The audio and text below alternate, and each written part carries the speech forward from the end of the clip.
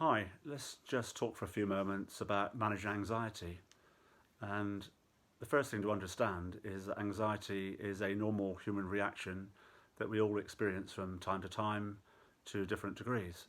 But obviously, at this moment in time when we're all challenged with dealing with the ongoing coronavirus pandemic, then some of those feelings of anxieties are more sort of pronounced and obvious to us, become evident in terms of our reactions, maybe tension, irritability, a bit of anger thrown in perhaps, certainly worrying about how things are progressing and what the future may hold for ourselves and for our friends and family, etc. And it's important to understand that sometimes anxiety can actually be quite helpful, because it's nature's way of telling us there's something for us to be alert to, some threat that's either real or perceived, so it can be a call to action. However, in its unhealthy form, it can be quite damaging, both in the short term and the long term, and I'm well aware that for some people this sort of manifests itself into a complete panic attacks and can be quite wearing and restrict people's lives. The good news is, it can be managed to a large degree and we can bring it under control. So what we're going to go on to explain now is 3 different techniques that you can learn and use, apply in your daily life, practice them. And like any skill, there are things that need to be practiced over and over again until you become really proficient with them, and then in time tend to become second nature. So the first thing to understand perhaps is what's actually happening to us, and to understand that anxiety comes from within our unconscious minds, as opposed to our conscious thinking. So if you imagine the mind as being a bit like an iceberg, so above the surface level of the water you tend to find a smaller part of the iceberg, which is our conscious mind, where we manage our clear, logical, analytical thinking. So it might be simple matters such as what shall we organise for our evening meal, say, or what TV channel shall we watch this evening. So they're conscious decisions that we make. Below the surface is a much bigger and potentially more powerful unconscious mind, which is managing the blueprint of our body. So just to give you an idea of how powerful it can be, all the time you're sat here watching this video, you will be breathing, blinking, digesting whatever meal you've had earlier in the day, and all of that is being managed by your unconscious mind without you having to think about it.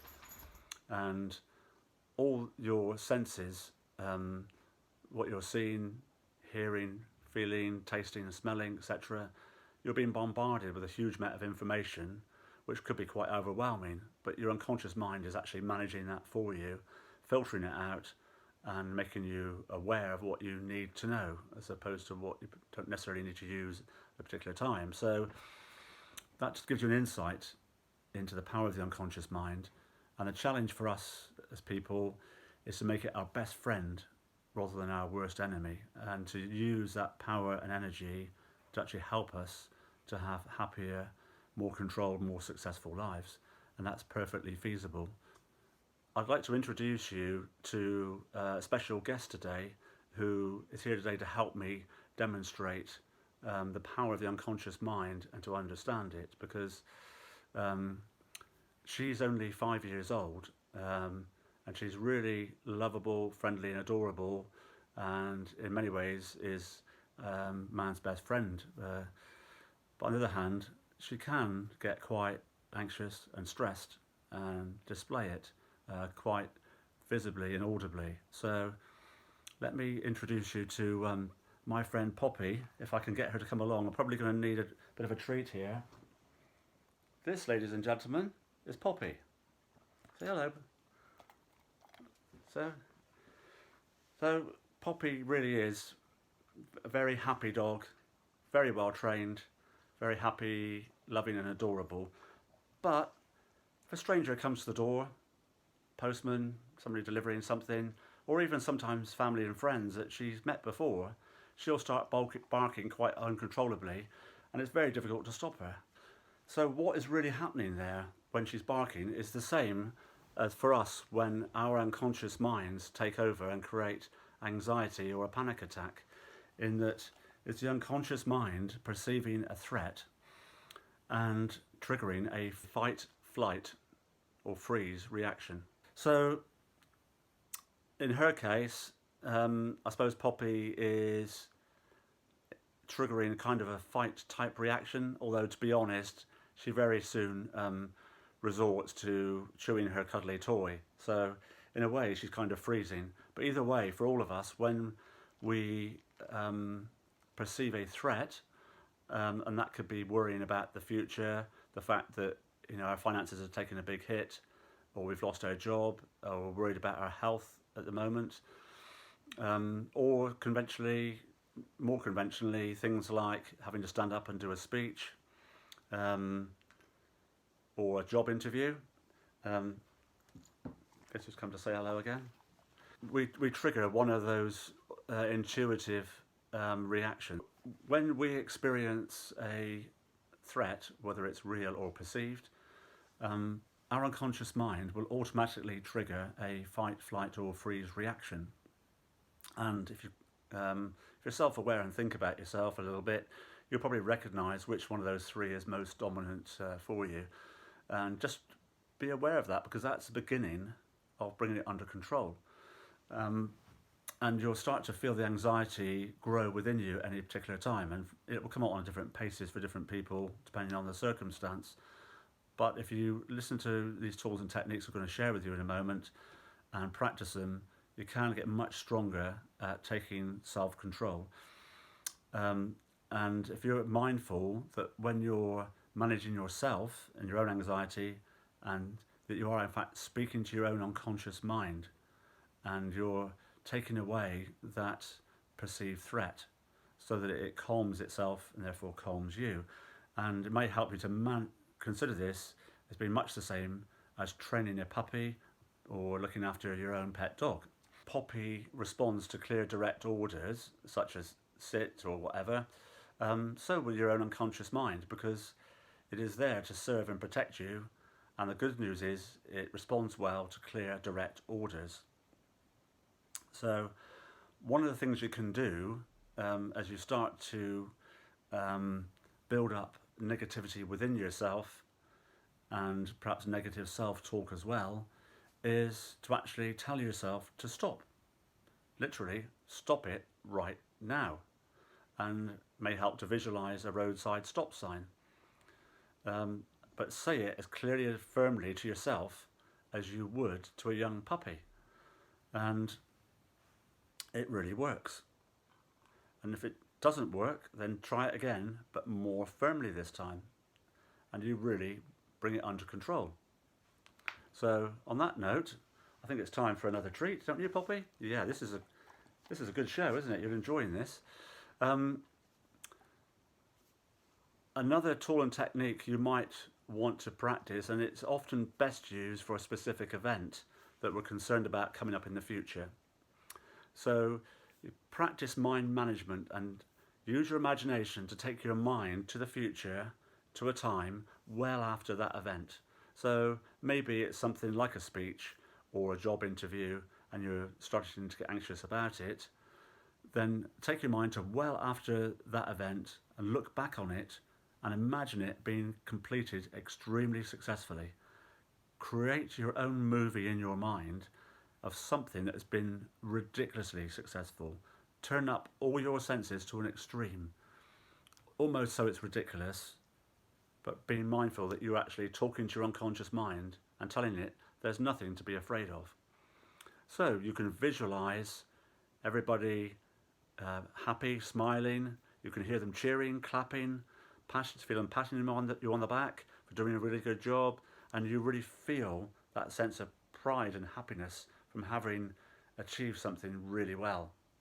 So you're kind of killing your mind, but you're really training it and calming it, and then come back to the present and look towards that event, and there should be no anxiety, because there is no anxiety.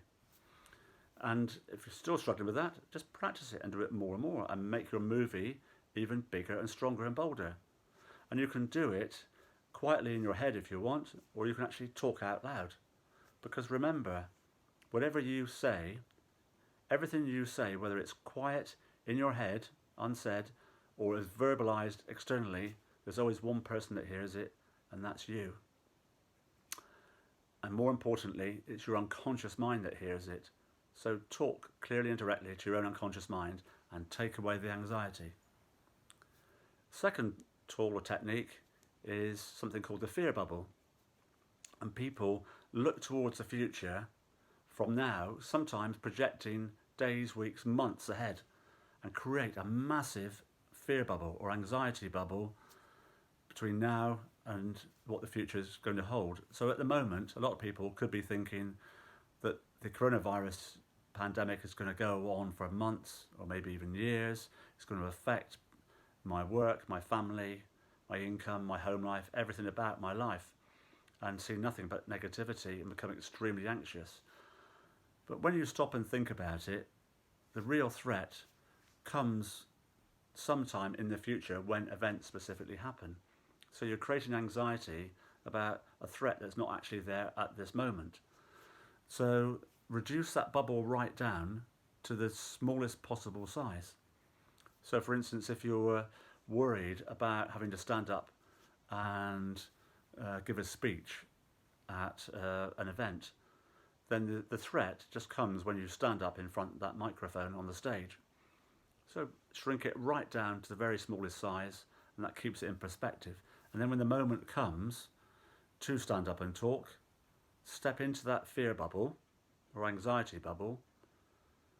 Imagine it just as a bubble as would be in a bubble bath, and the fact that you can then literally burst it by either mentally thinking about spreading your arms or literally do it if you're able to, and burst that bubble and then enjoy the moment. And you still have to perform at that time, but you're not carrying anxiety that could harm or hinder you.